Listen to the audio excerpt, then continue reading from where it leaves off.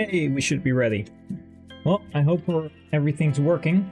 I still have the sun shining through the window, so I might have a little bit of glare on my face, but I do have a lamp ready for when the sun is going to set, so that should be good. While the intro was going, Giorgio0, please do not ban me, has followed. Thank you very much. I didn't even know that one, that was a name that was in the Discord. I am just going to quickly check. Is that also your Discord tag? Seems to not be the case. Well, don't worry, I don't think you'll be banned here right now. So, where we left off with some Paragon, and I'll set some screens up in the meantime. Let's see, Base Radiant Dawn. I might actually just make a version for streaming where I can do some edits that don't really matter anywhere. So how's everyone's day been? For me it's been pretty good. Did quite a bit of work at the house, and other than that I've just been having a good time, not having that much work yet. Had a small vacation in between, and I also have a nice bit of juice. Apple, ginger and lemon. Usually I'm not that big of a fan of apple juice, however this one's really nice and tangy with all the lemon and the ginger. Makes for a way, I don't really like sweet drinks, so this one's really more my style. I also hope my audio is coming through clearly. I did have to work on that a little bit. I had some really weird reverb and stuff like that coming in, so I don't know what happened between last stream and this one. The reverb I had at the start of that stream was because I apparently had double desktop audio playing, but I managed to fix that last time, so I hope this is all good right now. In the back rooms, I'm quickly setting up a new folder. I am going to grab a... Ooh, where do I have a base file that is extracted? I do. New folder. Streaming test file. Copying an entire extracted ROM. I'll be able to get that, and I'm opening a new folder as well, which I'm going to call streaming ROM output. And we'll make a new file in Paragon in just a moment so we can make some changes, see what we can do, and we'll go to one prologue, or yeah, that's probably one of the best places to check it out, because we can always just start a new game. While that's going on, I hope we're all doing well. Garrett Fuller had the question, also trying to test to see if chat works, and that was, what would be my dream feature I would want to have added to Paragon? And I think that would probably be animation rigs, but that's like quite a big thing to try and pull off. I don't know if it's actually possible to do it in Blender. I haven't looked at that yet, but maybe one day in the future. Streaming ISO extracted. Good. I'm going to set up some stuff for Paragon, and then we should be good to go.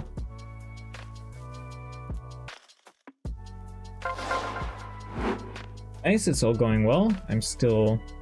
I really like that the background removal works actually decently well. I'm quite happy with the camera. Yeah, it works. Now, if I could only find Paragon, this is like the one thing I don't like about, or that I actually wish I would have done last time. I have one folder in OBS Studio for every single Paragon window because they all are called the same, except for one is classes, one is groups, one is terrain tiles, and every time I say like, oh, try and match it as closely as possible, it always goes to the base one. So I have to really map them out specifically, but that also means that I have to actually put them somewhere on the screen, and that can get really cluttered really easily. Let's see, that's the main Paragon. We'll move you over here. And as you may be able to see, I have added an escape, or not an escape room, no, I haven't added it yet. I'm going to add a new one. You won't be able to see this, but I pressed on the new project, and I'm going to call this a streaming test ISO.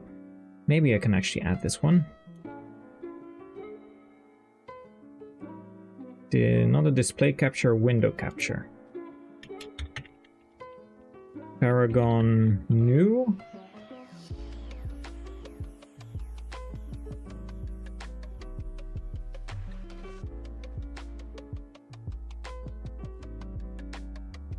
Match, and it's that one. Yeah, so here we go. We have a streaming test ISO. This is when you press on new for a new project. We'll set the language to EU and we'll set the game to FE10.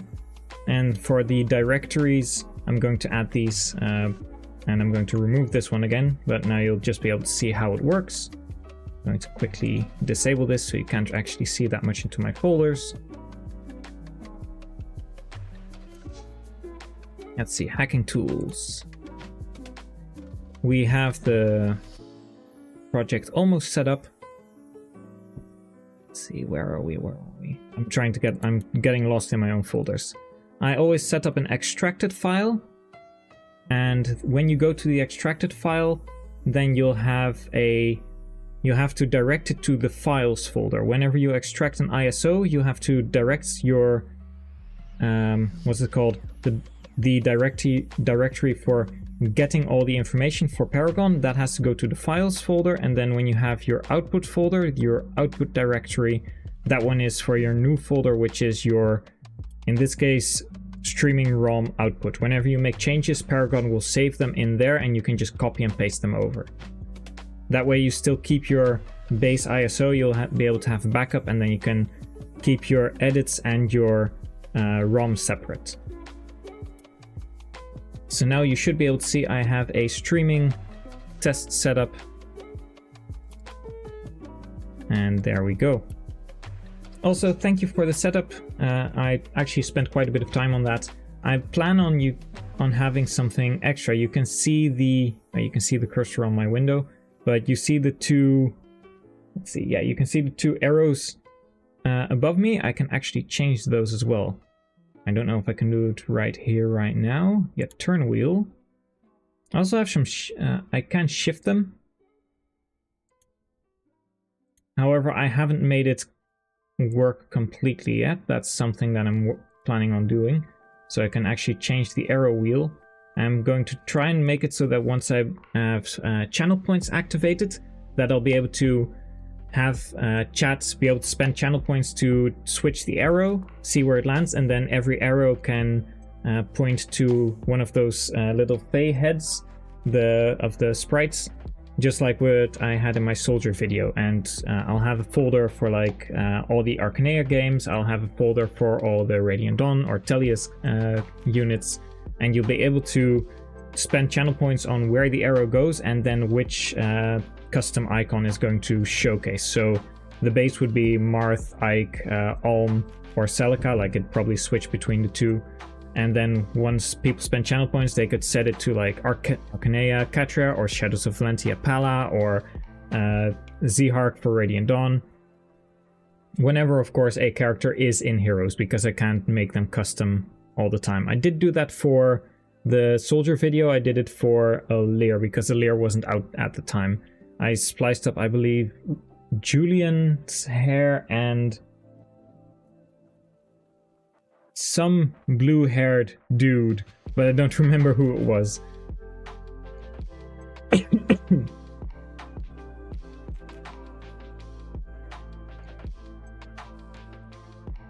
probably looks like poison. So, last time we actually had chapters, characters, items, classes, and skills, and we also went through portraits and effects. Today I'm planning on adding a character and trying to implement that one into the prologue, and I'll try and give them a new item as well. For certain items such as weapons, it's going to take a little bit more finagling. There's a little bit more that we haven't discussed in Paragon that's connected to that, but we can take a quick look and go through that as well. Now then, we are going to... Let's start with a character. And to do that, first off we have the add option, and we have the add option. We have an item at the very end. Now, if we want, for example, Largo to be playable, we could copy with an... Oh, no, not with an advanced copy. With a normal copy, we can copy this to item. I don't know if that's actually visible. However, when you see the copy window, it's really easy. It's just a select destination, and when you type in item, you should see the window and the option pop up. You just see item number 462, and that's the one you enter. And then if you see here at the bottom, you can see that we now have 2 copies of Largo. We want to have Largo not just in a cutscene, so we're going to make this actual Largo. The MPID, which is the name, is going to stay the same. The MNPID, you can add that, however, that means you also have to add something that actually gives the description. This is going to make a, what's it called? This is going to make a label, and that label is then going to be added to the eCommon file. That's the text file where most of the base text is going to be, that's going to be referenced through the entire game. So not just stuff that's referenced only in one chapter, like part of the script in the prologue. This is stuff that's going to be able to be pulled from the game data files at every single instance ever, because it needs to be available at your backend whim. Like, you need to be able to get that as soon as possible. If you want to showcase it, it has to be readily available. However, we're not going to add one now. We're going to add one from another character just to showcase that you can have that. However, we do need someone who has an MPID in that case. Come on. For example, we'll grab Mist. Mist, of course, has been confused with Morim, so we may as well just add that one here as well. Now, Largo is also Ike's little sister. The face ID we don't have to change. However, we do have to change the job ID, because we don't want him to be a citizen. If you want to have him playable, you'll want to have him as a warrior or as a reaver. In this case, my idea is to add him as a fighter or a warrior, but the closest one would probably be Nolan. Boyd, of course, has the spiky hair. Nolan has pretty much the same beard and hair. However, of course, the colors won't match. But that's something that we can eventually change as well. If we go to the character selection and then go to classes, we can look at, yeah, that one's also showing up, great. We can look at what the Reaver class is, and that is job ID Axe Brave.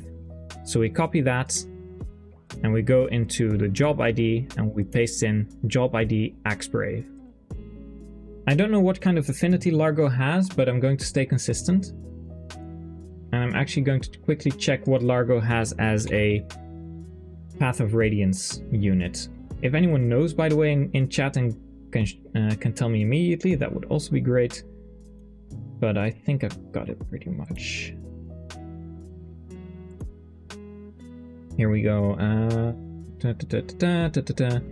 He has a wind affinity. Would not have expected that. But wind affinity, the weapon ranks. These are dashes for weapons that he cannot use. Crossbows don't count, by the way. They don't count as bows. So it goes swords, that's a dash. Lance, that's dash. Axe will give him S weapon ranks, and then bows, knives, strike weapons, light, dark, anima, or thunder, wind, fire, staves. And you should have, let's see, 1, 2, 3, 4, 5, 6. 1, 2, 3, 4, 5, 6. Yeah, 6 physical and 6 magical. For starting level, we'll just put him at level 4. That seems reasonable. And he is a male. Now, we do have some growth rates, and I can actually pull those up from Serenus Forest as well. May as well give him his actual growths. Should not have taken the page away. So Largo has an 80 HP growth, 70 strength, really nice, 5 magic, 45 skill, 40 speed, 60 luck, 25 defense, and 35 resistance. he has, and these are a few of the things I don't know how they work. I don't know what biorhythm he had, we'll just give him biorhythm 5. He doesn't need any authority stars. And I'm going to quickly look at an actual unit because the Largo we pulled him from was only used for cutscenes. And I'm going to quickly look at Stefan, for example. He has 0 for flags and then 0308. And that seems to be pretty consistent for most Bjork units.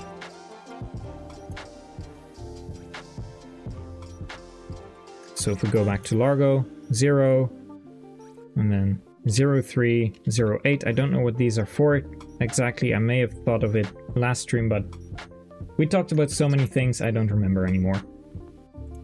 Probably a good idea to watch my own streams back as well. Now, we of course have base stats for him. He doesn't need any more move or con. That's probably coming from his own class, which is now currently the Reaver class. And the Reaver class has base stats itself, of course. The only base stat it doesn't have is luck. Let's give him, let's say, 15 luck, for example. We'll take a look at what the class base has, and from there on out, once he's in the game, we can always work backwards. You can also give negative bases like minus 45 HP if you think he has too much HP. Other than that, there's only one thing we need to do here, which is set the aid as the same as Nolan, because Nolan is the one unit that looks like him the most, and otherwise he'll just be a blank slate. He'll either be a block of tofu, or he'll be a base Banyan soldier, or rather Banyan fighter. If we look for Nolan, those are 8 fighter Nolan. And we could technically give him the tier 1 and tier 2 models, but he's currently an Axe Brave, so we don't need to. However, if we want to change it, I'm going to change it so that we do have the option. I don't know if this is fighter N, fighter 1, or fighter underscore, but I think it's fighter underscore without the 1. No, it's actually correct. And lastly, I hope everyone's been able to follow this around. Yeah, the screen is still okay. I'm going to take a quick look, see what skills he had in Path of Radiance. His other data, that would be Largo. He has no skills. Well, let's give him something. Skill ID Wrath seems perfectly fine. Our skill ID Tempest, because we all love Biorhythm. This means that our unit Largo now should be pretty much ready to be inserted. To do that, we have to go to the Dispos files. And from there we select, just making sure everything is visible. Currently does not seem to be the case. We have the multis. And this is a select file that's not visible yet, so I'll add that one into Paragon as well.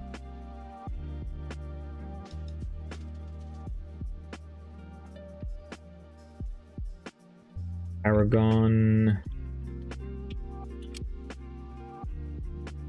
select Dispos file.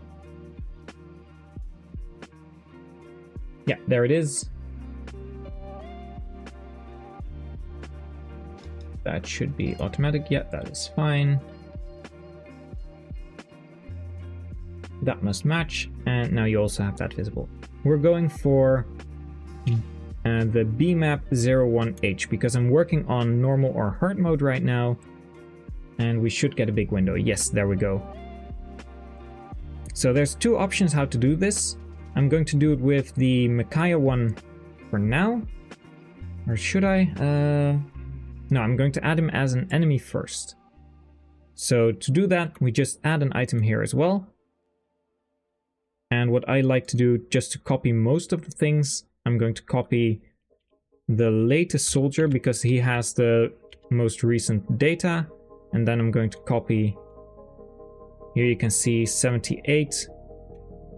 And then this is 79, so this is going to be 7A. We work in hex in this case. From there on out, I have most of these informations ready as already because we copied it. I don't have to fill this in manually. And I'm going to put in Largo. And then there are two Largos. We have Largo that is the one that was already in the base game used for cutscenes. And now we have our actual unit Largo. And just like in the character ID, we have to make sure that this is also a Reaver class. The coordinates don't really match up right now. They're currently the same as this one. So I'm going to make it ever so slightly different by changing these to 19 and 19. Starting level, we set it at 5, I believe. So let's set it at 5 as here as well. We make him playable. He doesn't need any starting transform, and a bronze axe is all he needs right now. The AI currently doesn't really matter because he's not an enemy. Now, he's going to load onto the map, I hope. Should be.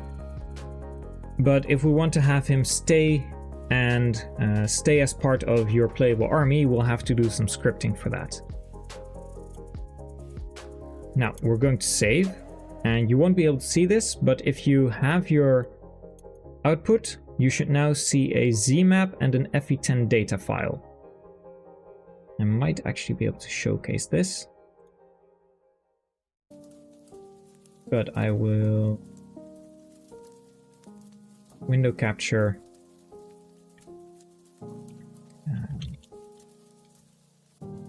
stream ISO window. There we go.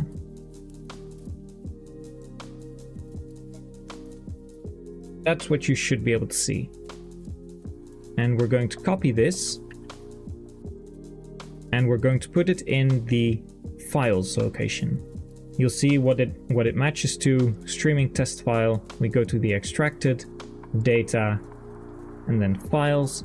And here you should also see the FE10 data file. Yeah, right here. And the ZMap file. And if we copy and paste it, we replace. And from there on out, if we start Dolphin. Come on, Dolphin. Dolphin's always a little bit slow.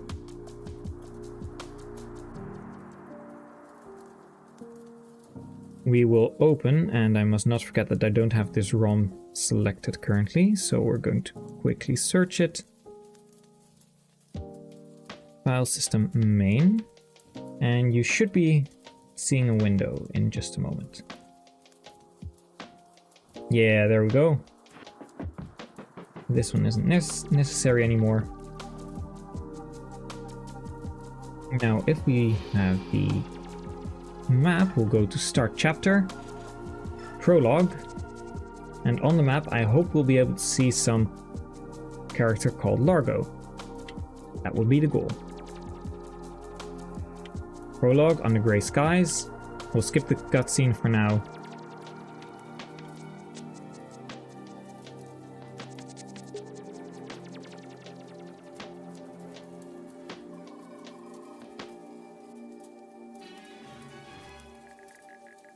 What do we have? Yep. Currently we have Largo in the game. He's got 22 strength, 58 HP, 3 magic, 19 skill, 19 speed, 15 luck, 16 defense, and 5 resistance. And he is also playable. And that's how we get a character in the game. Currently, however, if we clear the map, he won't be able to actually join us in the next chapter. However, there is something we can do about that, but that's going to involve a little bit of scripting. I don't know if I have the time or if I have that ready today, but we should be able to get that working either this stream or next stream. If we take a look, I quickly check if I have, yep, battle animations on. And then I select the one tile where I can actually not attack. We should see Nolan, I hope. Yeah, there we go. He kinda looks like Largo. He does have one more arm. But it pretty much seems to work. So there's a few things that we might want to change. Currently he's a member of Pugo's Bandits. That's of course not part of the group he should be allied with. However, because he was part of the techie BMap file that we loaded, that's where he's currently affiliated. We also have Dummy, If this is a bug, or if this appears it's a bug, please report it. This is actually the base text of the Tempest skill. However, it does actually work. Currently isn't normal biorhythm. So we currently have critical +5, shove, and colossus. These are just the base class skills, and we gave him Tempest, however it shows as dummy. I can actually show you this in the skill system as well. Yeah, here we go. If we go all the way down, there should be one somewhere. Dummy, yeah, here we go, dummy. Skill ID Tempest. So if we change this to Tempest, and then if this is a bug, report it. Doubles bio, I can spell, doubles biorhythm, effects, and then we'll just also add that here. And you can see it actually unlocks with the Tempest icon. You can not have this skill if you already have Tempest, and you can also not have this skill when you have Serenity, and both humans or Beork and Lagoose can both equip this skill. If we now save and we go back 1, 2, 3, 4 to the output file, you should see a mess file, a mess folder as well. The mess folder is where all the text changes come in. And we just go back to extracted data and files, and we copy and paste once again. If we now reopen this ROM, we should be able to see, let's see, 1, 2, 3. I'm going to restart Dolphin.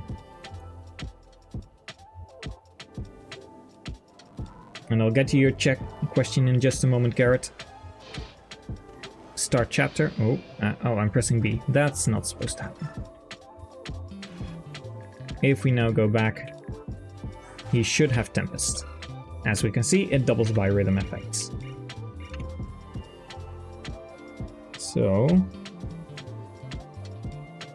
how would you feel if IS announced an FE9 plus FE10 remake direct next? Well, I would like to see more FE10 and FE9, like Tellius is great.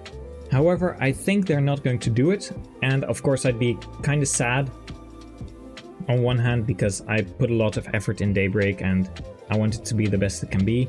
However, if they're going to flesh out the supports, and if those supports are good, then I have extra content to build off of. So for example, if Heather would actually get some more character development, I could also implement that. There are still a lot of changes that they will probably not make that Daybreak is planning on making, so I think there's still merit to having them, but I don't think a duology is going to happen. I also would rather like it to have 2 separate remakes, not just one that combines both games, because I think they're going to squish chapters in, maybe it's not necessarily filler, but maybe the chapter 17, they would probably squish that a little bit in Path of Radiance, the Serenus Forest arc, or they would maybe remove the Makalov chapter because not that much happens there. You of course learn about the Lagoose trade, but they could maybe combine that with some other chapter here and there, maybe combine it with Oliver's Mansion, for example.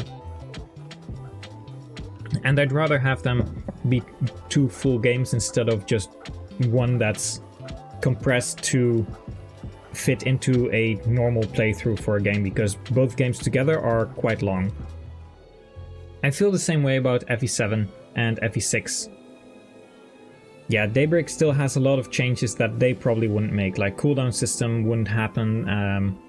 If they would have voice acting, I'd love that. Like if they have voice acting and have everything fully voiced, not just map selects, that would be great, because currently I would need to use AI programs to replicate the voices of the clips in Heroes, and that would probably not get a full voice library. You probably get because they're really short clips, you probably get really stocky and snappy kind of mechanical voice clips if you want to do a bigger, a longer sentence. So I do think there is merit if they would announce that, but I don't think they will. I'm really hoping for the FE4 remake. I have to play that game, but I know the world building of Genealogy is amazing, so I'm looking forward to that. Also, we're currently looking at Largo for quite a bit. We have to do we have to do a little bit to make him join the next map. I'm going to actually... I don't know what my buttons are. I'm really used currently to, because I'm editing a video, I'm really used to the QWERB setup, because I have some hotkeys there, and my Z and X are A and B for playing on Dolphin. I'm going to quickly dispatch of this one enemy, and then hopefully everyone else suicides on Largo, because I want to clear the map, showcase that Largo doesn't actually join on the next map. And we're going to try and make that happen. Also, I'm going to take these off, but map only because maybe we get a funny Colossus proc. And I do love it when the Reaver just jumps into the air and smacks down a lot. Also, if anything isn't really that visible, just let me know, and I'll keep checking. Yeah, voice acting is huge. It does so much for character development. There are so many characters that I think really benefit from the voice acting they got. I really like Flora, for example, in Heroes. Everyone was really surprised by her deep voice when she got it. Like, of course, oh, there's the funny Colossus proc, nice. Everyone was really surprised by the deep voice that she had, but I actually think it really suits her, and it's really cool that they try and do a little bit more with that. I know that Heroes is like a lot of fan service, like the bust sizes are increasing tenfold by now instead of just the normal 1 or 2 cup increases, and the pecs for the men are absolutely huge. It's a fan service game, and that's all right. There's still really some gorgeous art that content creators can use, and it has done a lot for the series as well, even though the predatory gacha mechanics aren't all that great. But I think that they really could benefit, and Fire Emblem in general, media in general, could really benefit from more diverse body types. One of the biggest examples, there was a really cool video showcasing all kinds of women from all kinds of different Olympic sports, and it showed such a different range of all kinds of body types, and we're not utilizing that. One of my favorite examples is Alawi from Fire Emblem, Alawi from League of Legends. She has such a cool design. I don't play her because I'm terrible in top lane, but she has such a cool design. She's a big muscly woman, and she's not at all what you'd expect from a fan service kind of game. I mean, you have Sona, Misfortune, Karma, so many of them. Like, all of them have the same body type, and it's really cool to see differing body types. So I really hope that Fire Emblem leans into that a little bit more, and not just like model child soldiers. Fantastic, we won. As we can see, we don't have Largo on the end screen. I'm not going to save because it's just to showcase. Currently Largo is not going to show up. Let's see, FE7 Lex, is that is a hack, I presume, but is it kind of like Project Ember, Project Wildflower, or is it a rebalance or a reimagining? Because I really like that there's voice acting, but oh, it's probably FE7 Lex Talionis engine, that's probably it.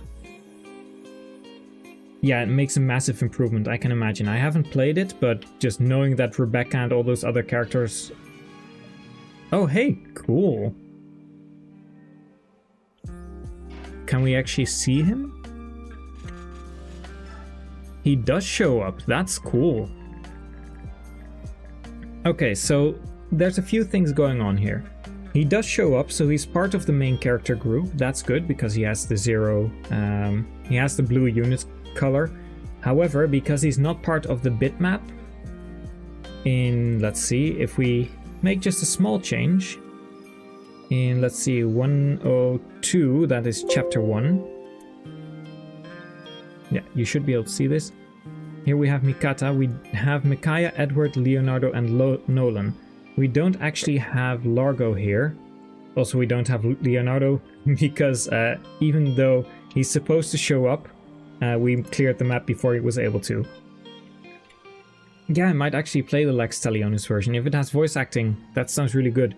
Are there any big changes, like skills, or do they do a big overhaul, or is it really close to vanilla FE7? But yeah, Leonardo, he's not here because we cleared the map, so he actually doesn't get recruited. And we do have our big friend Largo in the bottom, but he's not actually here. So if we were to add Largo here, and we're going to do the same thing, we're going to copy Nolan and copy him to the item number 5. And we'll call this number 70. And this is really, you have to look at this. This is 73. However, Techie goes into 74. So we actually go to the last one, which is 86. And then we'll call this one number 87. I also don't have that much time today, sadly. I do have to make dinner today. Once again, the life of a cook. So we're going to change this to Largo. We can change this to something else, but he's now locked in as a Reaver. At least he should be. I'm going to leave this as a fighter just to see what happens. So we currently have the coordinates. We know that Nolan is at number 1414, so we're going to only reel in the Y coordinates and go to 13. So this is these are the beginning coordinates and these are the end coordinates. He stands on the same tile the entire time. So this means that he stands on tile number 14, that's horizontal, and then tile number 13, which is one higher than Nolan. So he should end up in front of Nolan if we do this. Other than that, we shouldn't see a steel axe or a vulnerary in his inventory because his inventory is already locked with the bronze axe. So we'll make a quick change and we'll save. I'm going to once again go to the output folder. So we'll go to the output folder. You can see there's a mess file, a ZMap file, and a FE10 data file, and there's now for BMap 101 and 102. So we're going to copy all of this. We're going to the extracted file, data files, and we're going to paste. And you can see these are all now in here. And we're going to open the file once again. I'll also make sure to recruit Leonardo this time. So it's an overhaul, but you have the choice to make it more like vanilla. It also adds voice battle clips and portrait animations for crits. Oh, that's really nice. I might actually look into that. I haven't, even though I'm modding Radiant Dawn myself, I actually really don't look into GBA modding all that much. There's a little bit that I've looked at, but that's mostly to get inspiration. There's a lot of skills, of course, that they have implemented, and there might be a few that I can also take for myself. I was thinking about the Devil Axe, backfire effects, stuff like that.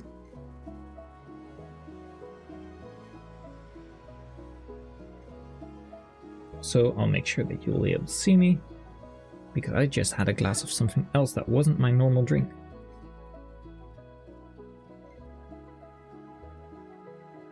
So we're going to quickly check, see the Silver-Haired Maiden again.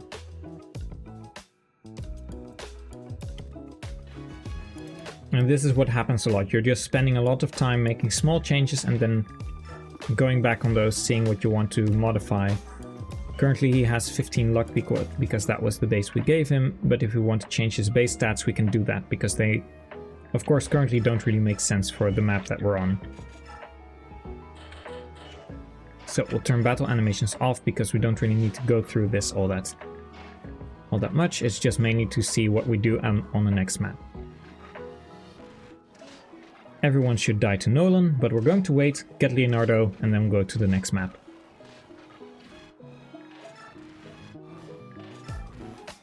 There he is. Normally you can't really clear the map that quickly, but we have a very strong Reaver.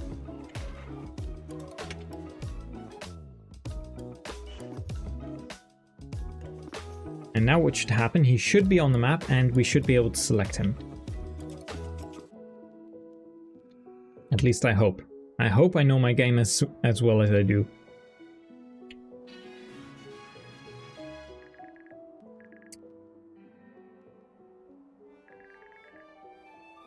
I do not see a... So Largo is here. Oh, he's way further forward. And he is now a level 7 fighter with a steel axe and a vulnerary. So there are some big changes being made here. These don't normally happen.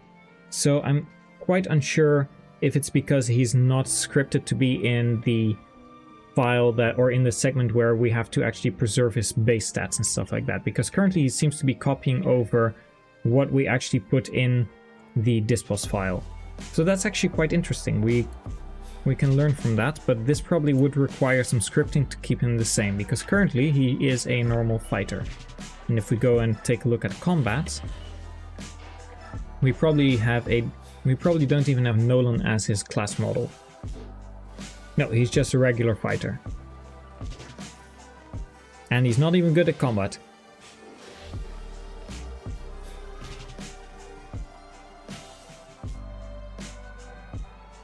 That means we might have to make some changes. We're going back and we're going to take a look at the dispos H file, because currently he's in here, and now he does have his steel axe and his vulnerary. So maybe if we don't enter those, and he's a fighter here, so we'd have to make him a reaver again. These would be some changes that we could make, but that would mean you would have to continuously do this, and I don't know if that's actually the best course of action.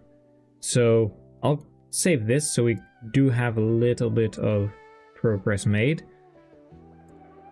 Sadly, I don't have a file for this to change it immediately, but we're going to take a look at Iran's recruitment, because that's one of the moments where a unit on the enemy team is made part of your team, and that's probably the same piece of code that we would need to have as well. Currently you cannot see because of Paragon. Now the entire window should be visible. Okay. We're going to search for PID Brad.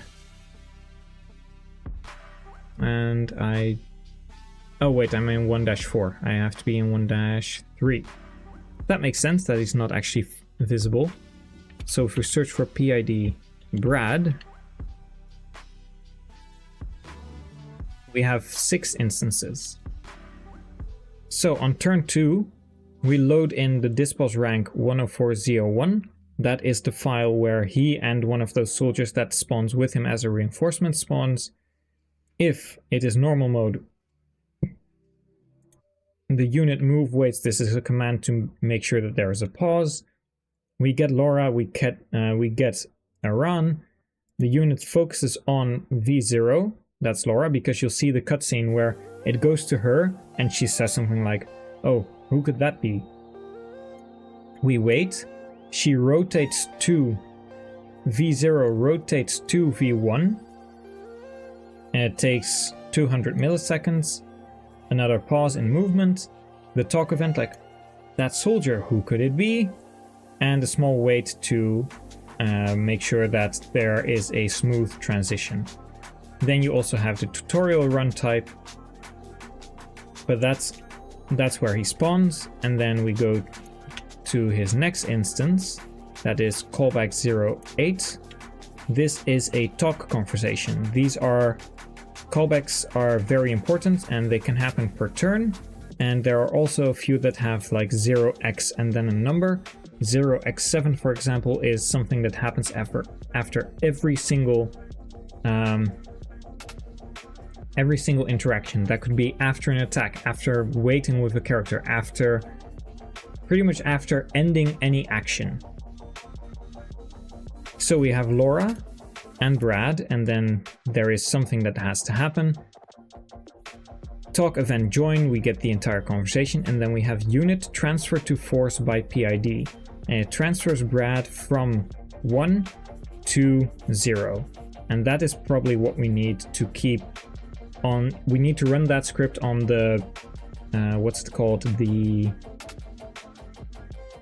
first map, probably, to make it so that he actually stays as is. So I'm going to copy this, and I'm going to quickly look at the rest of Brad. Here we have if he dies, if unit Brad dies, and if his force is not 1, so if he is playable, set game over and then have a local die talk with background music changed to the someone dies music. Note that he is a hero, and that means that he does cause a game over, and then for that person, that talk conversation. And 6, yeah. So I'll quickly go to a different file. I copied, yeah, that's good. And I'll go to map 101, but I need a clean one. That is actually a good question. Do I have one?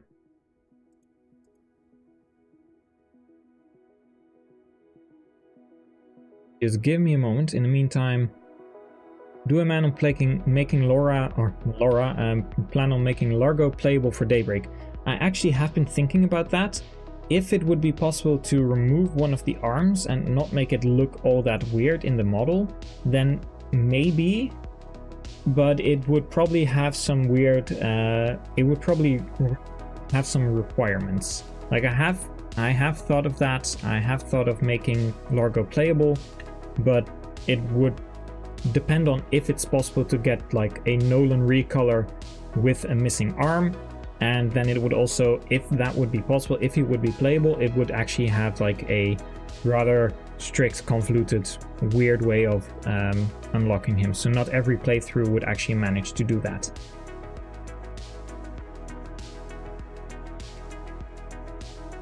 I'm planning on making a lot of things dependent on one another.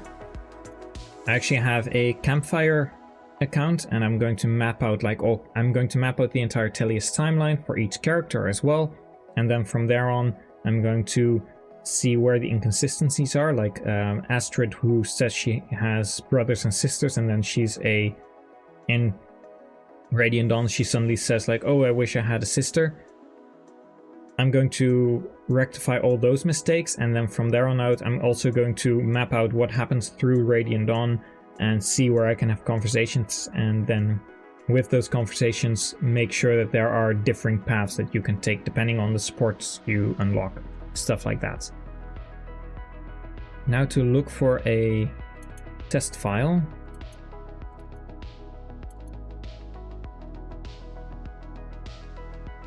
Wait.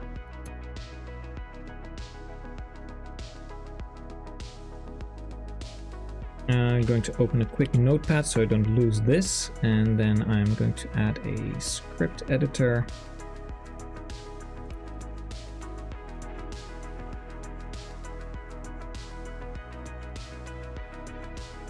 Those are all I need.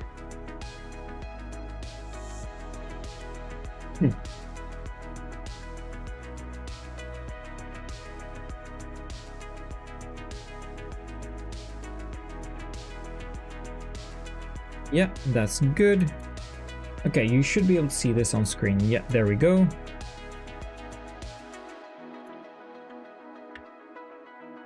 Manage, we do trust this. So we are now in the script for our, and I'm going to show how to set up the entire thing with scripting.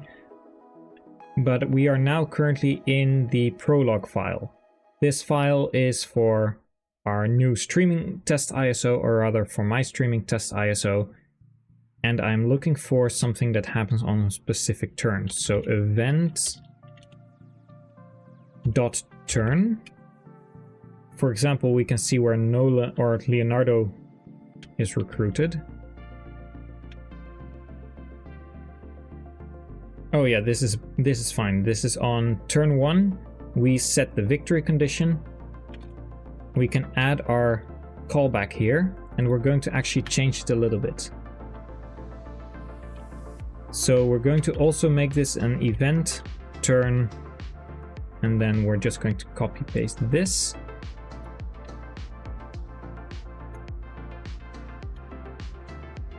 Always make sure you have your brackets correctly. So we don't actually need to have the talk event, because we already have Largo on the map. We only really care about this unit transfer to force by PID. We also don't need to set anything. And now we set this to Largo, or Larego. This is a really small and simple script, but the only thing it really does is make sure that it transfers to force by PID. And I hope that this means we would actually see that next time when we load the map, that this script makes sure that the Largo we have on the map does keep his stats, keep his inventory, keep his model, keep his tier, keep his class, compared to the next map. So we're going to see if that actually works. We're going to recompile this. Once again, I will go through this. I'm currently doing this on my own. You won't be able to see it, but I hope you do understand what the script is doing. And then from there on out, we're going to, at a later point, I'm going to walk through how to set up the entire scripting piece that's going to work, going to showcase how you can set it up, how you can decompile and recompile your folders. We're going to take a look at how that all of that works, but I do need to set up a bit more for that myself. I don't have all the windows set up in OBS Studio, etc. So all in due time. Also, welcome back Crimson Iron, and also welcome back to Terp. Yeah, it does really look like work, but I mean, I'm going to start with some software engineering courses, so I may as well make my job my hobby. Now then, I'm going to copy and paste the script file we just took. I'm going to do the exact same steps, and I'm going to... yeah, actually, I believe this is fine. This one should be in here now. And we're going to once again load the map, and now we're going to make sure that, or we're going to check if what this little piece of scripting did actually works, and make sure that Largo keeps all his stats and his class. So just to recap, it's a callback that runs every first turn. Like this is starting on the first turn and ending on the first turn during the enemy phase. 0 is player, 1 is enemy, 2 is either ally or other, and then the 3 is the other one of ally and other. And it transfers to force by PID. And what that accomplishes is hopefully it transfers it to the player force and sets a flag that it makes sure that once Largo goes to the next map, his data is actually stored and kept instead of being unloaded.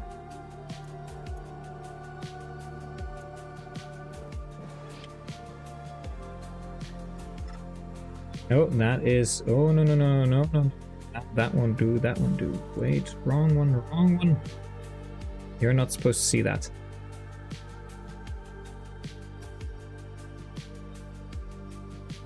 Okay, try again. Prologue.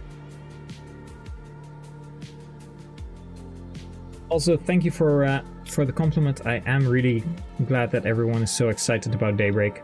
And yeah, it's going to take quite a while, but I do hope to have something ready this year, at least a part 1. If only IS would hire me. I don't know if they're actually all that enthusiastic about someone who's modding their game, but we can hope. Wouldn't be all that bad to work for Nintendo or any other big gaming company. Although you probably, if you're doing grunt work, the crunch times are probably not that great, so what do I know? Now we'll go through the map. I'm also going to make sure that, Leonardo is going to be recruited, because it's a bit sad if he doesn't, if he gets left out. We're going to quickly speed through this because, well, Largo is going to clear house. We have Leonardo, and now we're going to clear the map.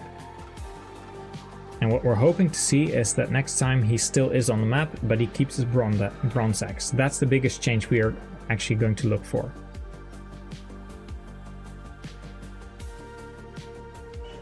We don't need to save. And we quickly go through all the maps. Hey Donlot, how's it going? We just have Largo entering our prologue Dawn Brigade, and now we're going to see if he actually stays on the map, but no such luck. He's still a level 7 fighter where he was just a Reaver. So there's obviously something not yet ready.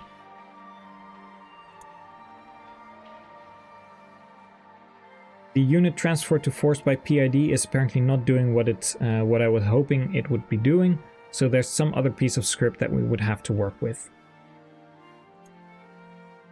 We can make a small difference, or we could replace characters. That would be a lot easier if we take Paragon and we would go in streaming tests and we would go to a dispos file.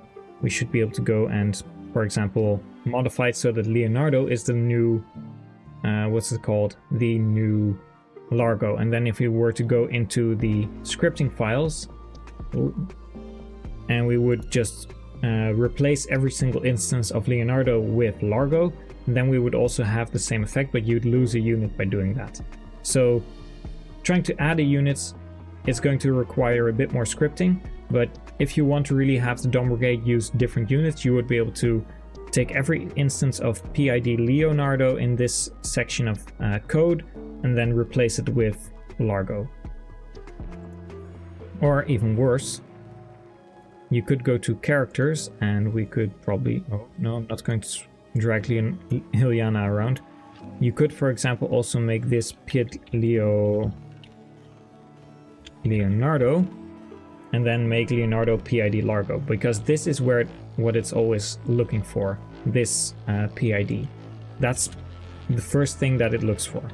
But we're trying to make Largo a playable unit that actually is going to continue as a Reaver in the next couple of maps. So what else do we have in that case? We are in the prologue and we're trying to work with dispos ranks.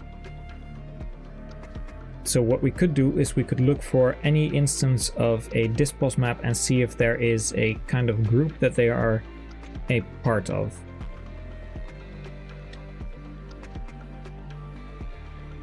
Instant dispos rank first. This is where, for example, the map loads, the enemies are loaded with the Techie B map, and then dispos rank Mikata is loaded.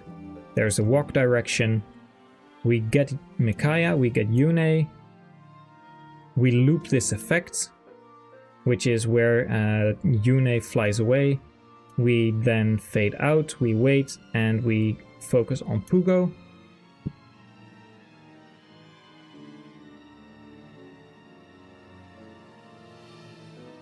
We continue with loading the the enemy map. We focus on Mikaya, we have a talk event. But there should be a point where they get moved into one dispos, and I can't seem to find it right now. I wanted to know, are you more into tech and engineering side of things or more in the game design part? Well, I actually don't know yet. I want to do quite a bit of game design myself. I have an idea for a separate game. Currently, of course, I'm working within the confines of a Fire Emblem structure. And I have a lot of thoughts about that. I don't know how good my ideas are going to be I know what they should be in theory, but details and just kind of like with classes, how do you balance them? There is always going to be a little bit of stuff that can be tweaked, but I don't know how all of that is going to function once it's an actual product yet. However, maybe I'll also be very excited working with just code and writing programs and stuff like that. There's a lot of stuff I'm going to learn. I'm going to be able to expand upon what I currently can do with that. I hope I have a solid baseline of understanding of certain types of code as well while doing this study. So hopefully it feeds into one another a little bit. Because I've done this for a few years and I've learned a lot of things myself, I might have a bit of a head start, and then once I'm able to study and grasp a lot more languages like Python and stuff like that, I might be able to incorporate that a lot more in here, do some assembly work that currently is very rudimentary, and then from there on out I might be able to once again expand on Daybreak, do new cool things, maybe actually create new skills. There's a lot of things I want to try, but yeah, currently I don't know, I don't have the full picture yet. And can I apply cooldown to only my skills, or would it be possible to apply cooldown to weapons? Yeah, a cooldown weapon system actually exists already. It's not made by me, it's made by Dunal has a certain way his siege tomes work. They can only attack every other turn, I believe, or maybe even once every 3 turns. Now I'm just looking for a place where the dispos is being shown, because there has to be a part where it says you're all part of the same group.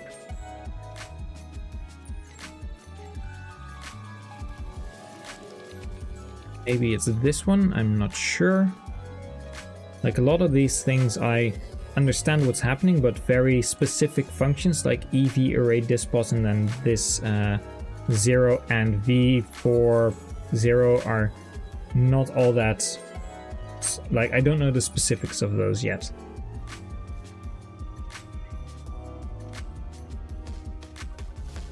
Then it has the grandma. This is probably what's being called for having Nico and his grandmother coming in, because we see the grandmother here.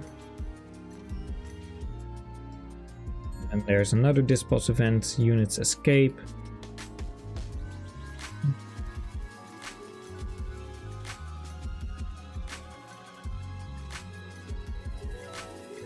Oh, I'm at the start of the map. It's probably where they come running in, not running out.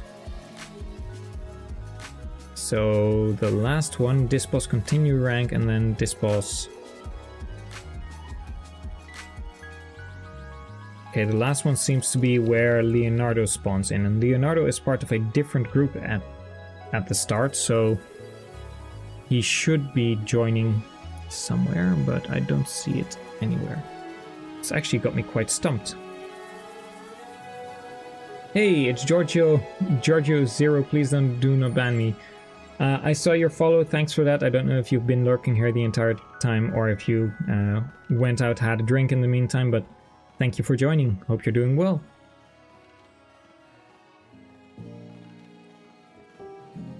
Now there should be something that indicates being part of the same group, but I am sadly not seeing it right now. I wish I had something to show for it. Because we currently have Largo, but it would be great if he would actually remain as a Reaver.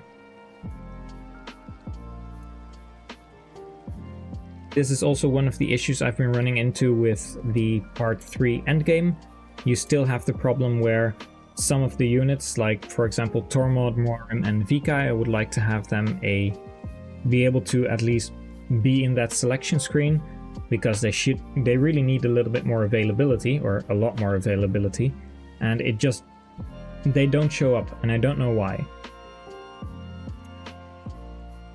If we have Largo as a Reaver and he is level 5, we made him level 5. He has no items. We're going to save this. And we're going to see what happens if we then try and add that to from our output into our ISO.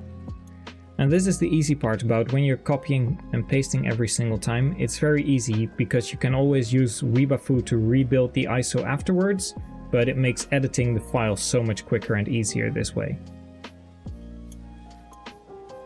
Let's see, we'll open Dolphin.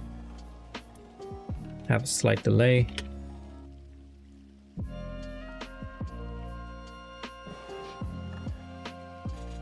Well, once again, go to the prologue there. That chapter 3, you're not allowed to see it yet. It's a secret. It's a secret to nobody except me. No, it's a secret to everybody except me. Damn, I don't even recall the sentence from Zelda correctly. So here we've got it working. But how do we keep this? How do we keep this Largo?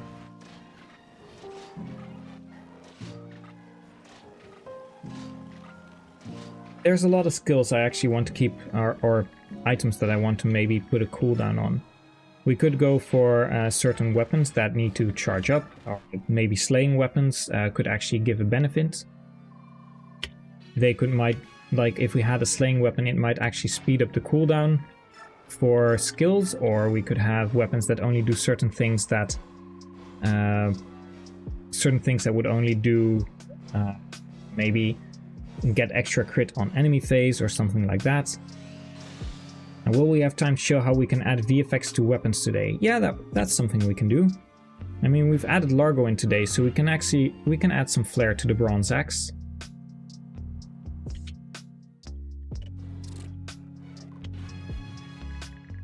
Okay, so we now have indeed Largo once again as a Reaver level 5, which matches up with the Dispos file we had. I don't know if we can see it if we remove Largo as a unit. And then we go to multi Dispos. It's really difficult to keep track of all the Paragon files on screen for you. But here we can see this matches up. Largo is a Reaver, he's level 5, he has no items. Here we can see he's level 5, he's a Reaver, so this is still copying over, and we don't actually want that, because this Micaiah, for example, has light and a vulnerary, and this Edward has an iron sword and a vulnerary. Leo has a bow. The only one who is new here is Nolan, but Micaiah, for example, she's level 3. Maybe you fed your Micaiah a lot of kills, and she's actually level 4. We don't want this to... We only want this character to be called and be loaded on the map, but we want his actual data to be stored somewhere, and that's what I'm trying to figure out right now.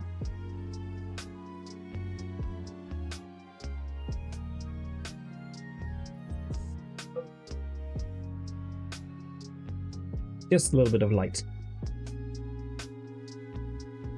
However, I might just try and find out where that specific piece of scripting is stored, so I can do that next time, and we can actually add some VFX to weapons today. We have Largo right now, and if we want to add some VFX to weapons, we can go to the Items tab. On Prologue, he had a Bronze Axe, so we're going to add a Bronze Axe effect. And we can do quite a few of them actually. Here we have the Bronze Axe. There's 2 effects on the Bronze Axe already. One of them is crit 0. This means even if I give this 100 crit, it will not crit. And the other one is SFXC Daybreak. However, if we also add something like SFXC Human, we will now have a door that is effective against human enemies, or an axe that is effective against human enemies. If we add effect ID Soaring, and there's a few I just know by heart, this is Tear, and we add effect ID, let's say Lethality, which by the way is Bane. Bane and Lethality are swapped, and then we add effect ID Aether. We have 3 effect IDs, and we can take a look at and see which one procs when, or if they proc at all. There's also a few attributes. The poison one, for example, we also have Cure Sleep, Cure Silence. We can go through a few of these. Poison twice. Twice might actually be a fun one. Valuable. Here we have the EQ, I think that's a Y, yeah, that's EQY. This one lines up for Nolan, and Nolan has the skill ID EQ_Y, which means that everyone who has, or every weapon that has this attribute can be used by Nolan only. Expand range, this is also whenever a unit has the hidden skill that expands your range, like the not snipers, the marksmen have. Every weapon that has this attribute is then given the extra range, so all the bows will have that pretty much, except the longbows. Venom bows, then we have the brave bow with twice. Here you can see the Lugnasad, which is a EQH. Long far means you can't be retaliated against, I believe, because it's a ballista. Stone and absolute hit, they should do something, but maybe only do it for the onager. It's of course the stone effect, and then the absolute hit means it doesn't miss, but it already has 255 hit. But we can add a few more. Let's see, infinity, that's fine to add. Pretty much all the weapons from the Lugus have infinity as well, because they don't break.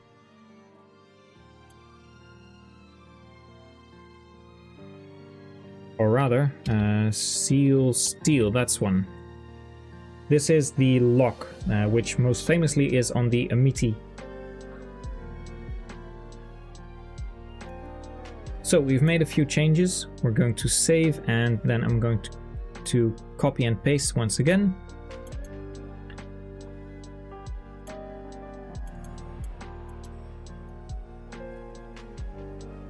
And we're going to open the file, and we will see what the bronze axe does now.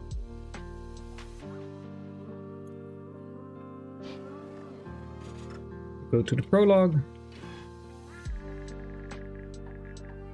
So the first change would be a lock on the bronze axe, and as we can see, it is indeed locked.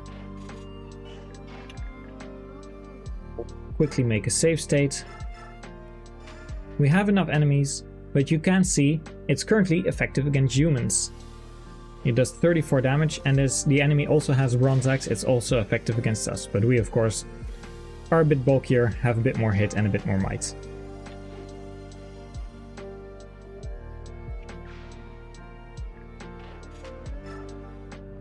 The only thing I didn't look at, did we actually get the effect, or were those only for being on the map? We'll see it in just a moment. So currently we don't have any effect IDs. That means either I have listed some effect IDs that aren't actually correct, or there are some effect IDs that only work mid-combat. And we get a game over because of course we have the bronze axe that kills Micaiah. So we'll try again, and we'll go to on map this time and see if there are any map effects right now.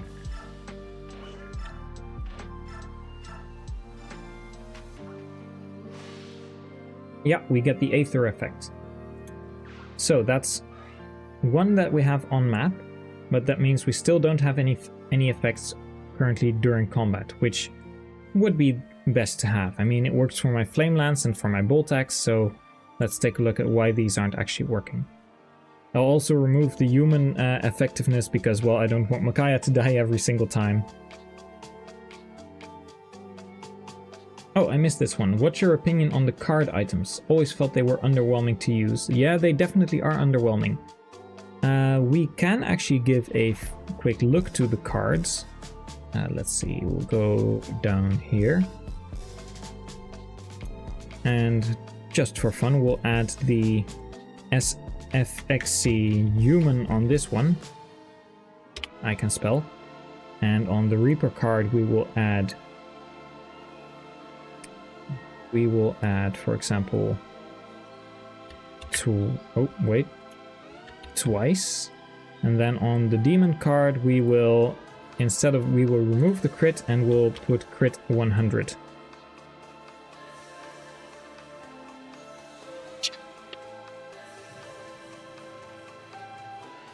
That means also we need Spectre card, Reaper card, which is Death card, and... Okay, I'm going to copy the Anastasis card, and Spectre I can probably write down myself. I'll give all of these to Nolan, and we can take a look in just a moment.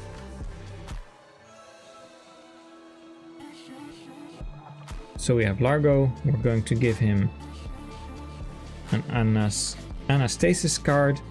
We will give him an IID Spectre card and an IID Death card.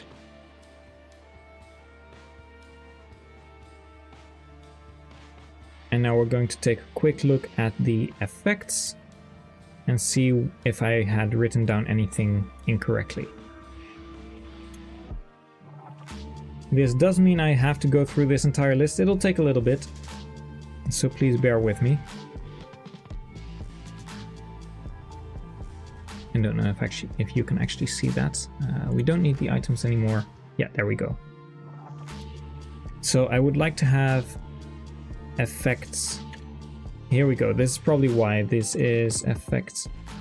I always get these messed up. It's either effect in combat or this is map. The effect is on the map, but I can never recall which one of the two it is. But that's easily fixable with just a little bit of testing. So if we now add effect ID K soaring, and effect ID. Okay, lethality, yeah, that should be okay. We can take another look and we can make a save state, try and see what all the cards do now.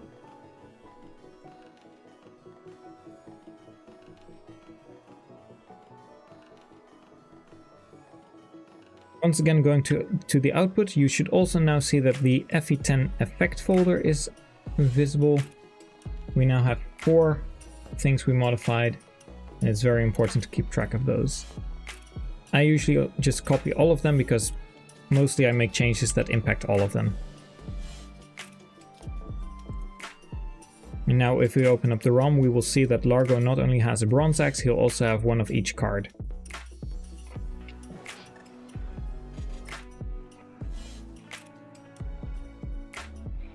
I hope, by the way, that me speeding through Radiant Dawn doesn't really mess up with the music. I know the volume is low, but I hope it's not irritating.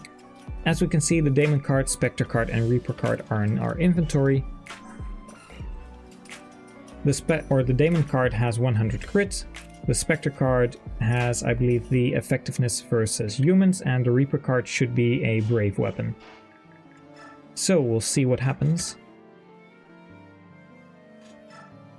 Demon card, use 100 crit. Critical hit. Yeah, that seems to work. The Spectre card is indeed effective. It still only has 5 might, so let's see, 7, that's 15 might plus 3 magic minus 1, if I presume. Yeah, 1 resistance, 3 magic. And then the last one, the Reaper card, doesn't seem to use the twice effect.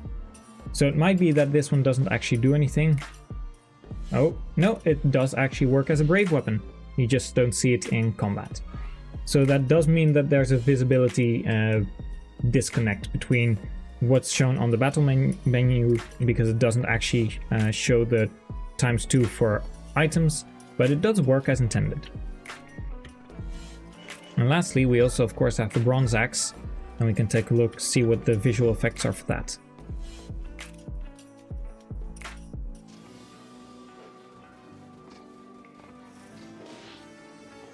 Still none. That means we're going to just remove some of the effects and go one by one.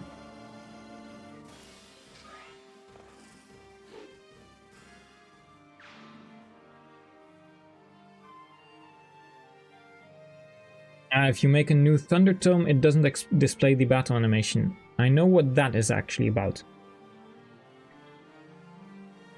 That's something completely different.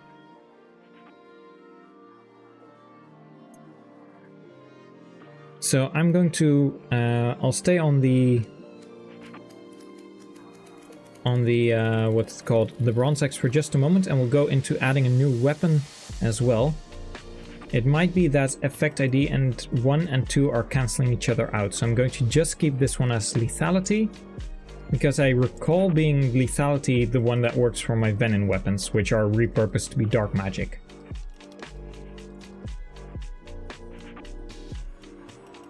Once again, we're going to copy our output and put it in the extracted data files folder.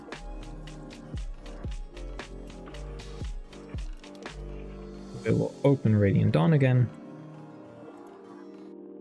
Yeah, there's a lot of things you can do with the cards. You can make quite a few. I haven't made more. I don't know if that would work, but I'd assume not. For example, they're called Anastasis, Death, and Spectre card. If you were to make a Demon card, which is like what the name is, it's the name of one of the cards currently, but for example, it's internally named that. I don't know if it would actually work as a magic card.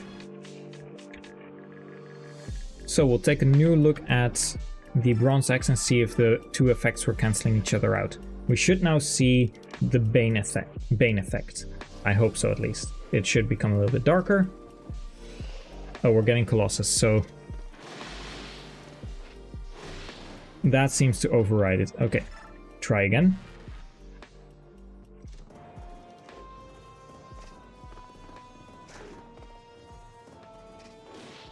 Oh, still not.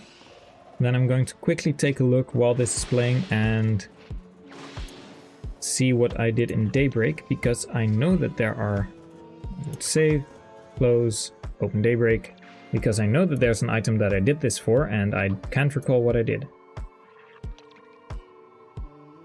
Okay, that's easy. It's apparently effect ID lethality on all 3 of them.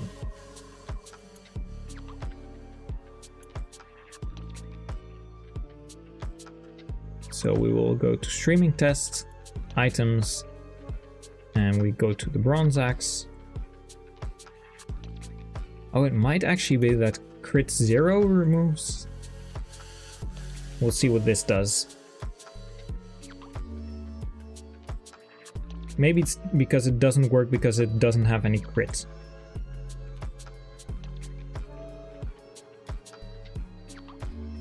So again, copy, extracted data files. I'm getting faster at this.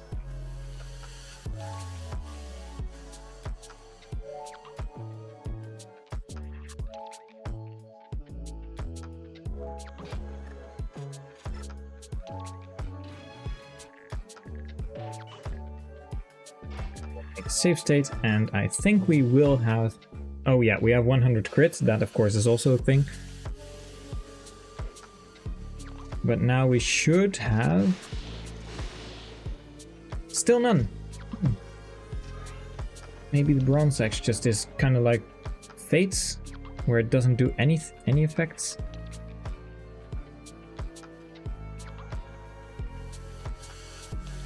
Turn this back to 0.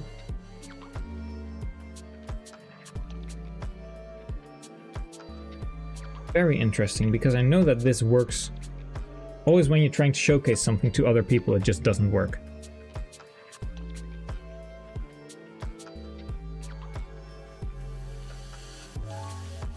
I mean, I've made trailers and they all show the flame lance and stuff like that, and it all works, and then suddenly when you're trying to do it while streaming, it doesn't work.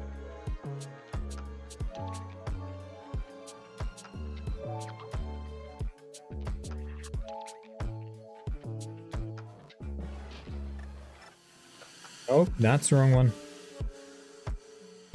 For you, not for you. I have a video coming out, hopefully soon-ish. It's just a lot of work editing it. Okay, we have no crits.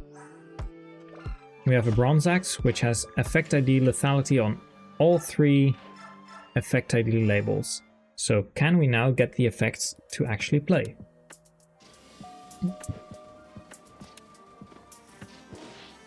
No, we cannot. Do we get the effect when we're only on the map? We do get the effect on the map. That's at least one thing. We even get the effect when triggering Colossus, so I don't know why it's currently not working. Add it to the list of things I have to look into. Very interesting. However, we'll switch gears. At least there were some interesting, or rather some, what's it called? Learnable. Trying to think of the word. It's leerzaam. A teachable moment in the stream for some other aspects. But if we want to add an extra item, we can actually do that. So give me the Crimson Iron.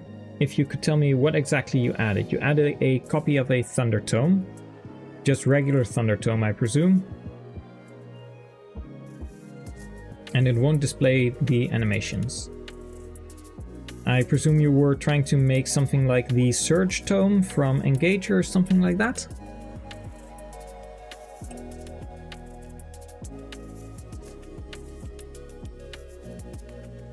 Because in that case I might just... a lot simpler. Well, we have the items here. And for this one, a tome that grants defense and resistance. In this case, I'm going to create a new light tome. Would that be... yeah, that's probably good. So we're going to copy the light tome. And we're going to copy it to item.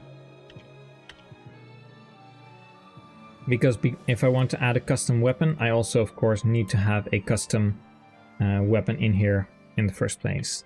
So this is light defense resistance. We're going to keep it the exact same, except it's going to add some stat bonuses, which in this case is 2 defense and 2 resistance. Other than that, nothing special. It's just a item ID light defense res. This is probably what you did as well, isn't it?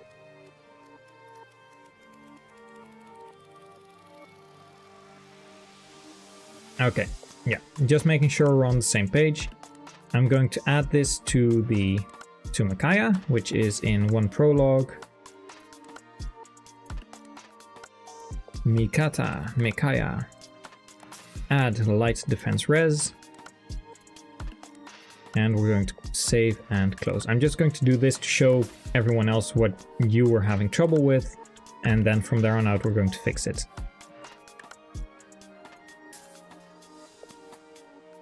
Although I don't blame you, this is part of, like, I hadn't explained this part myself yet because this is not something that came up during last stream.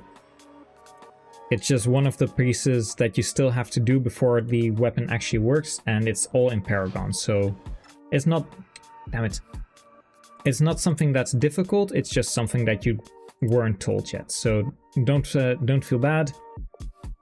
That's just me not being able to fit everything in one stream. So now we have a second light tome. We currently have no defense and resistance. If we equip this one, we have 2 defense and resistance, and if we showcase this, a pretty penny, and we get a black screen, and nothing happens. That's pretty much what you had as well, I presume.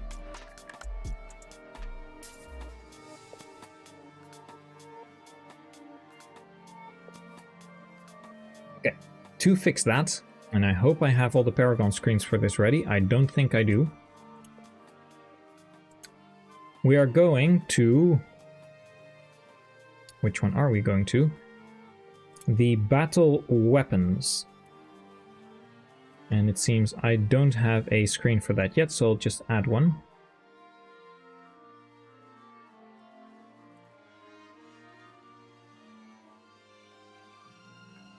Give me a moment.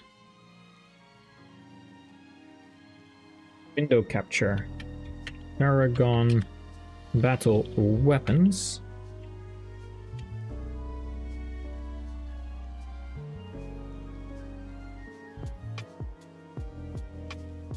I see you around, Garrett. You're probably not going to have to catch up on all that much. It's just past... it's just over 5:30 here, and I have to get to cooking today as well, so... yeah, as life of the chef, I have to cook quite a bit. So there's probably going to be half an hour more of streaming going on, and then I'll probably have to wrap it up. But thank you very much for coming along. Thank you so much for just being there to talk to. It's really nice to have someone to bounce words off and have a conversation with. Makes it a lot less, it's not really anxiety, but the nervousness and not having to worry about having to talk while no one's watching, it really puts the mind at ease. So thank you so much for your contributions, and it's been great. Thank you. Now I'm going to open this one and make it a little bit bigger. We have the weapon tab. Oh, oh, that's cool. I can actually change it like that as well. So here we have all the weapons that currently exist. And that's why you don't have any animations. This is where you can get the animations. So we're going to add an item here. And the only thing we need to do is find the light tone. There it is. So we copy to item. And this is light. The internal name is light defense res. The weapon model is the light tome. The effect ID, this is all the same. This is where you can actually change the animation. So if we, for example, want to give this, I don't know. thingy, then we would get this. And if we wanted to make it a head fire, we'll see this in just a moment.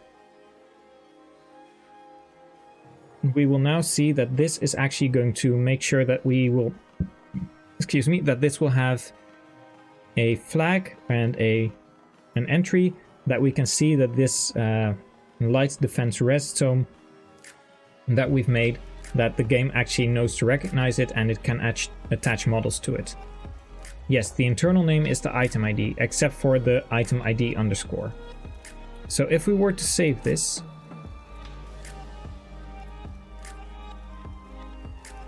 and we once again go to the streaming test file, and there's a lot more you can do with this. This is partially how I was able to make those weapons for the branded, where a bandit is wielding a sword and where Edward is wielding a lance. That kind of stuff. That's also partially done here, because you need to add the weapons you've made to the game.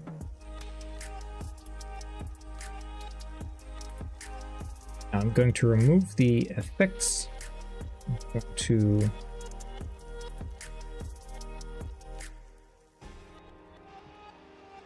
I had it. Make you a little bit bigger.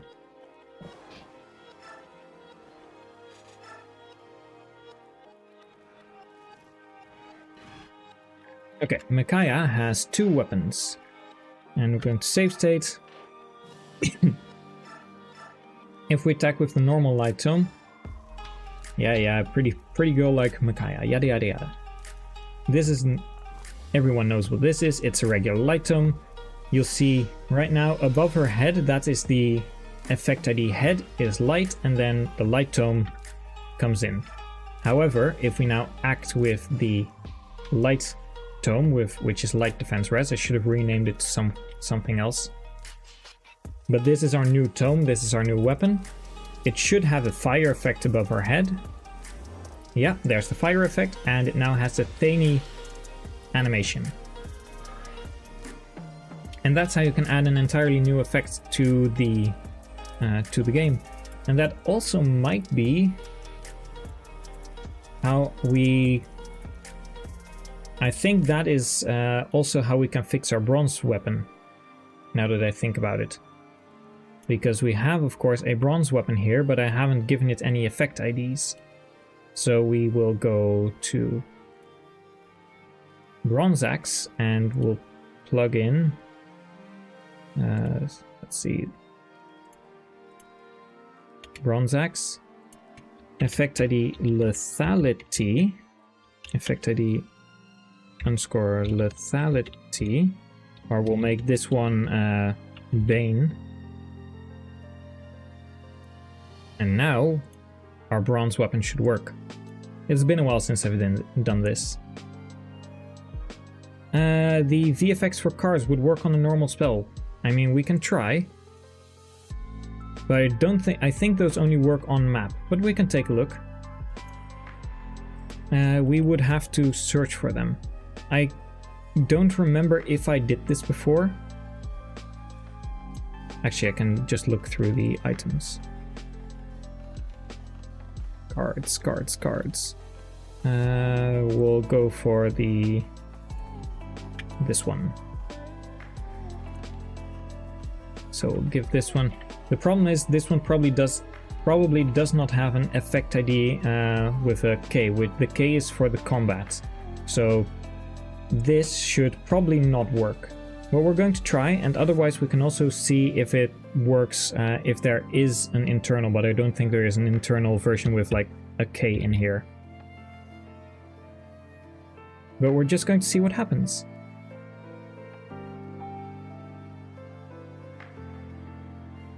String file, go for the output.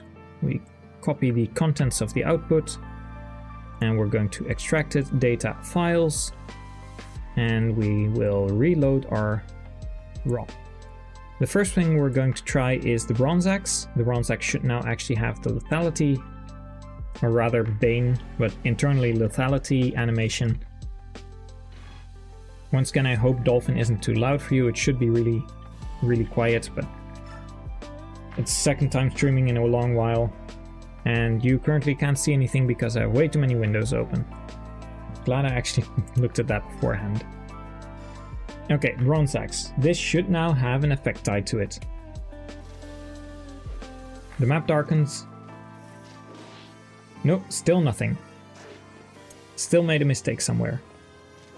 Might just be... Let's see, battle weapons.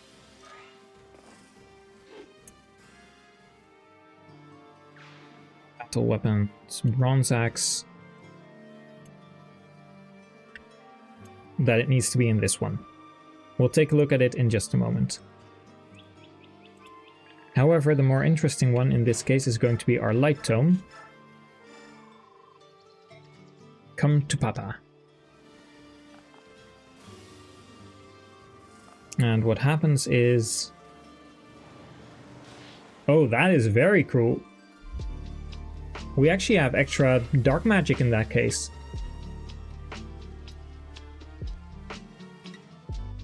Let's load that one more time. Just going to go full screen for this.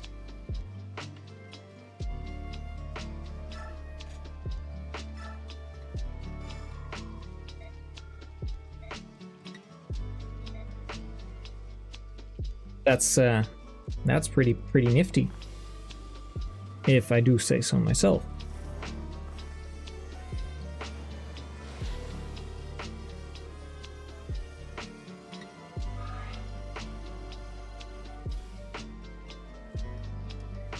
So that works. Just to test, we're going to see if there's a combat version as well, but I don't think there will be. We've added effect ID lethality thrice here, so hopefully this works now.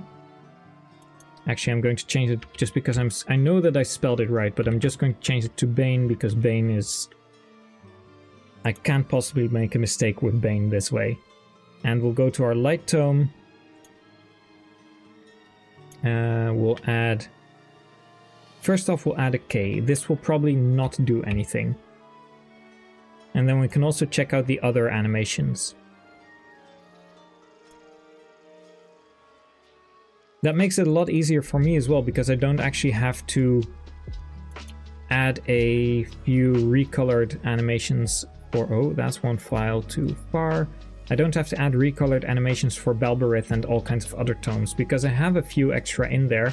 I was planning on making different fire tomes, and they were going to have blue flames to differentiate them. But I haven't had any success with that yet. I know how to do it, I know how to recolor them, but recoloring them makes all the transparent pieces visible, and then you get really weird blocks, so it's not actually working correctly yet. But this would at least free up 3 spells for the dark magic tree.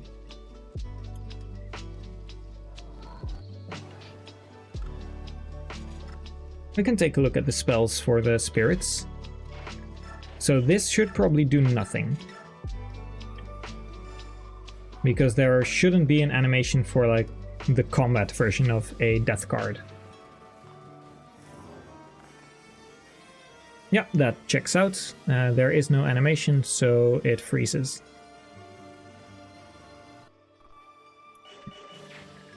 And is our bronze axe finally working? That is also very important.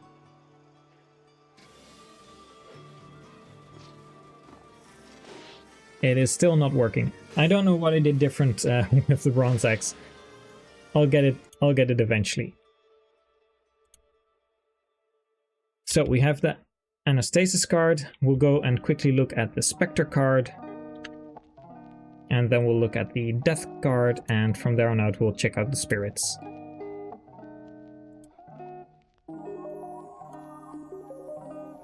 I really should make some hotkeys.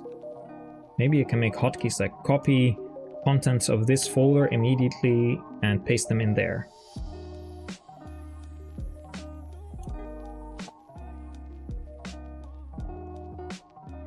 I think that's just about enough time to... Damn it. Just about enough time to check the Spectre card, the Death card, and the Reaper card, I should say, and the 3 wisps.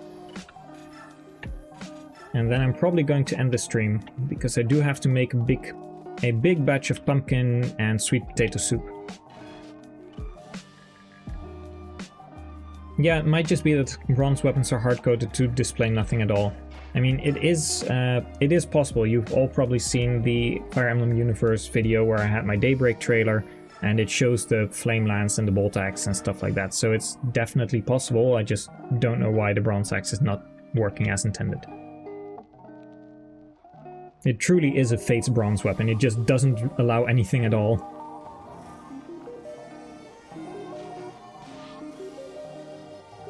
Okay, there's definitely multiple animations. Very interesting. Spectre card. And Death card. We'll save. Oh. You probably couldn't see that because of my really big window. Yeah, I realized just in time. Or rather, just too late, but you should be able to see it now.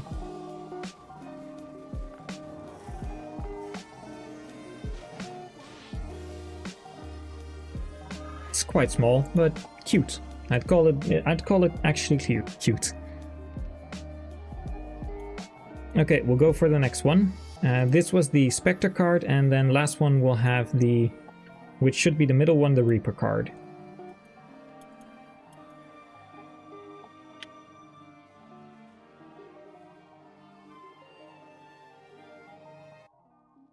I have to say, very cool Crimson Iron, because I hadn't thought of this yet. So yeah, I'm definitely going to add these to some of my tomes as well. Very cool idea. Like, there's so many animations that you just can't go through all of them, and I hadn't even thought of trying these the card animations not on the map yet, because I never saw the combat, like the K version of them, so I thought they probably don't exist, but they apparently do.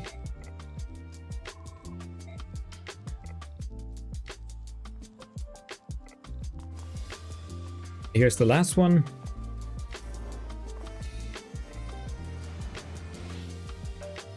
Seems to be the same one, I think. Maybe it's a little bit smaller than the last one. Anastasis card, Death card, Spectre card. We currently have in the effects pool for the Light Tome. Quickly checking.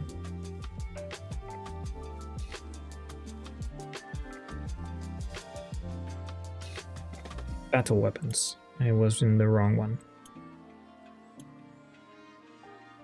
Yeah, it's currently Death card. So those don't work, but or rather, I think the Reaper card and the Demon card are pretty much the same. I'd have to look at the two side by side, see if there's any difference in size.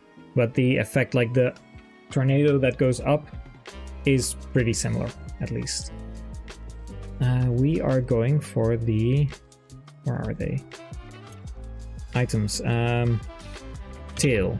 That's what it's called. Effect ID Windtail. We have Windtail EXE and we have Windtail, so I guess we're going to find out what all of them do.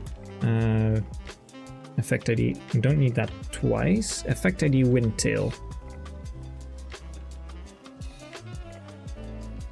Save.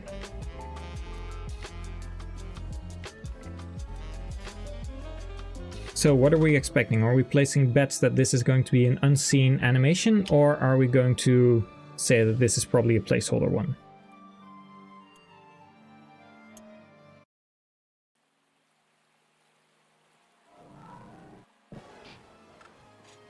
I mean, there's two options for every single tail. I mean, we have Windtail EXE and we have regular Windtail, so we're going to find out. But you're aiming that it's not going to work. Well, we're going to see in 5, 4, 3, 2, 1. Oh, you still can't see Dolphin. I was just in time.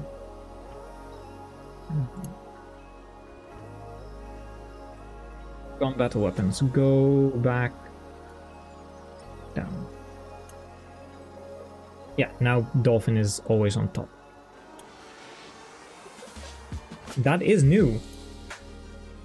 That works. That's actually a new animation. That's not Tornado. Okay, and we also had Windtail EXE. Yeah. Windtail_EXE. I'm curious what this is going to be in that case. I was already trying to port over the Path of Radiance versions of like Wind, Elwind, and etc. But this is actually opening up new animations. Very interesting. This also gives me like possibility for a few short videos. I'll probably snip these into either clips or I'll just make a quick ROM that showcases all of them. Let's see. We have test file, output. Oh, virus and threat protection. I'm safe.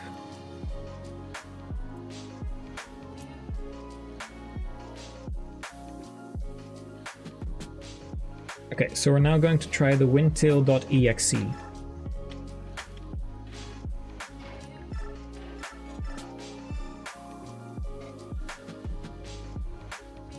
Or rather, _exe. So see what this does, and then we'll go to thunder and then fire.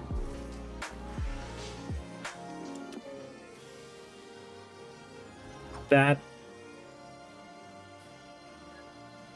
doesn't look well. It's a wind effect, but I think I might be able to use that for something else. Yeah, that's the first part, but I might actually be able to use that as a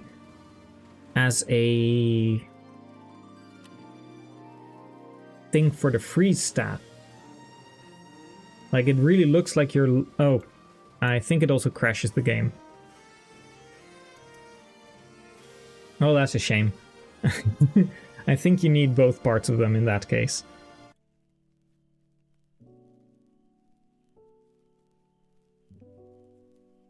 I could take a quick look.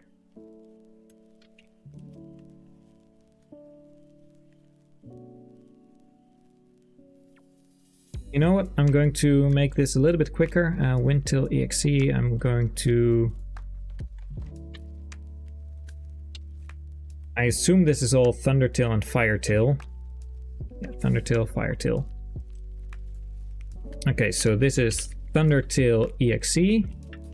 And I'll put the light tome in just Thundertail. So we can have two instances, check both of them, and then after this one I'm going to check the fire one, see what kind of animation that has, and that's probably a good place to end the stream.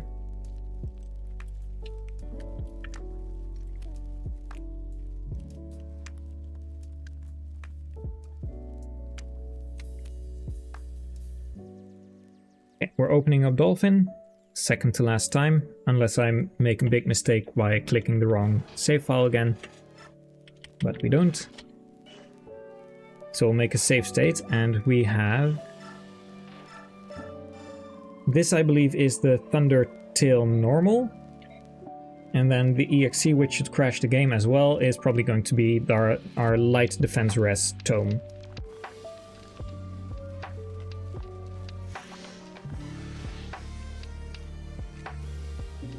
Pretty cool. Let's look at that again.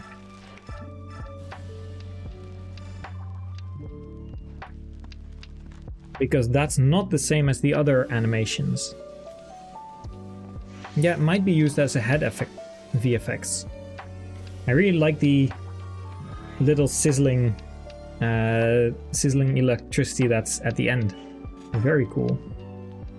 Yeah, it looks like it would stun or paralyze the target.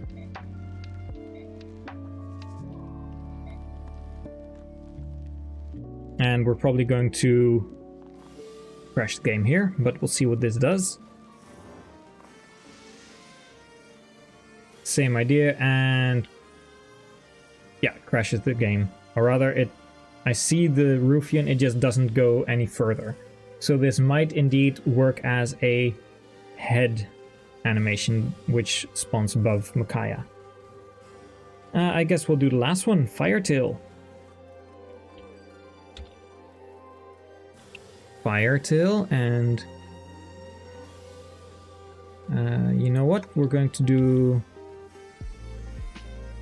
effect ID underscore Firetail underscore exe. Here we'll just see both in one go, and then the light defense res will do a Firetail regular. See which one crashes the game.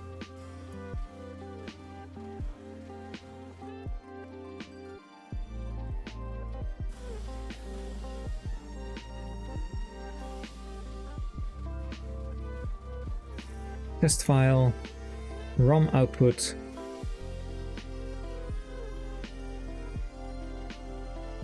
data files, copy paste.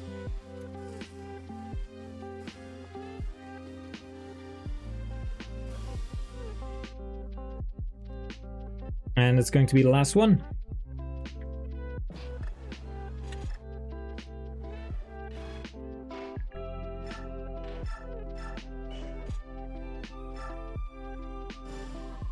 Okay, so here we have the Firetail exe just as an attack, which would then make sure that, or which would cause the game to hang.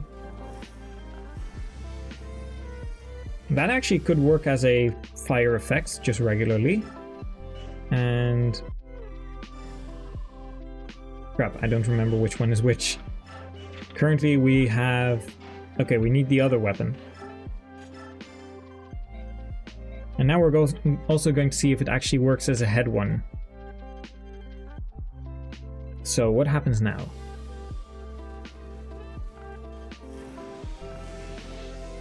Oh, that's very cool. Yeah, those work as head ones. Those, I know what I'm going to use those for. I'm going to use those as the animations for when a spirit charmer is going to cast them. Because those are animations that envelop the unit that's casting them as well. I think that's what I'm going to purpose those EXE parts of. And then I'm going to just have the animation for the actual lightning bolt or the wind, the small tornado. I'm just going to make new ones. No, I don't have a class that summons spirits. I do have an idea for like mini bosses. Those are either going to be branded or spirit charmers. And I think I'm going to make it so that spirit charmers have higher weapon ranks and higher stats, and maybe unique weapons that would benefit. Like a fire spirit charmer would then not normally cast the fire above their head, but it would get this effect.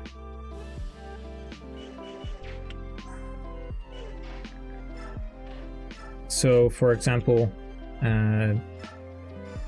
a regular fire mage would use like the head effect, which is going to play, would use this one, which is now going to appear above Micaiah's head, which is the small one, and then a spirit charmer, I'm probably going to repurpose what you're going to see now, like how it's going to cast around Micaiah.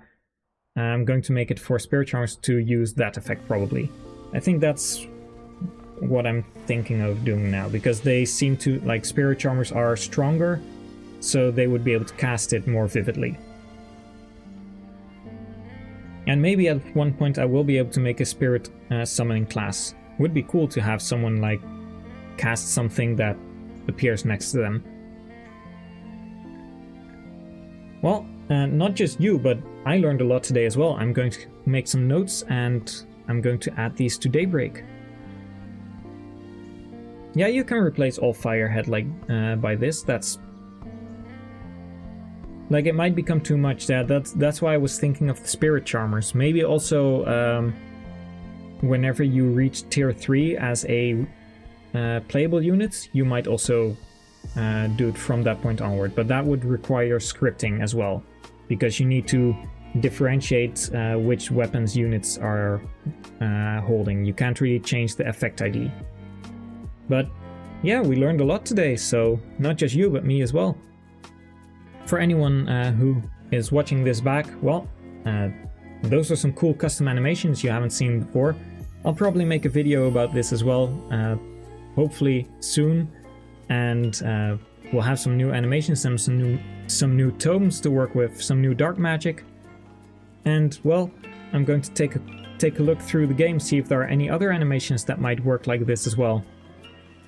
Maybe there are some cool custom animations lying deep in Radiant Dawn's vaults and nooks and crannies. For now, however, I think that's pretty much going to be a wrap. It's also getting dark out, like my gain for my camera is way too low again. But this was very interesting. I'm glad I'm able to do this nowadays. So I hope to see you all next time, and for now, thank you so much for being here. It was a pleasure.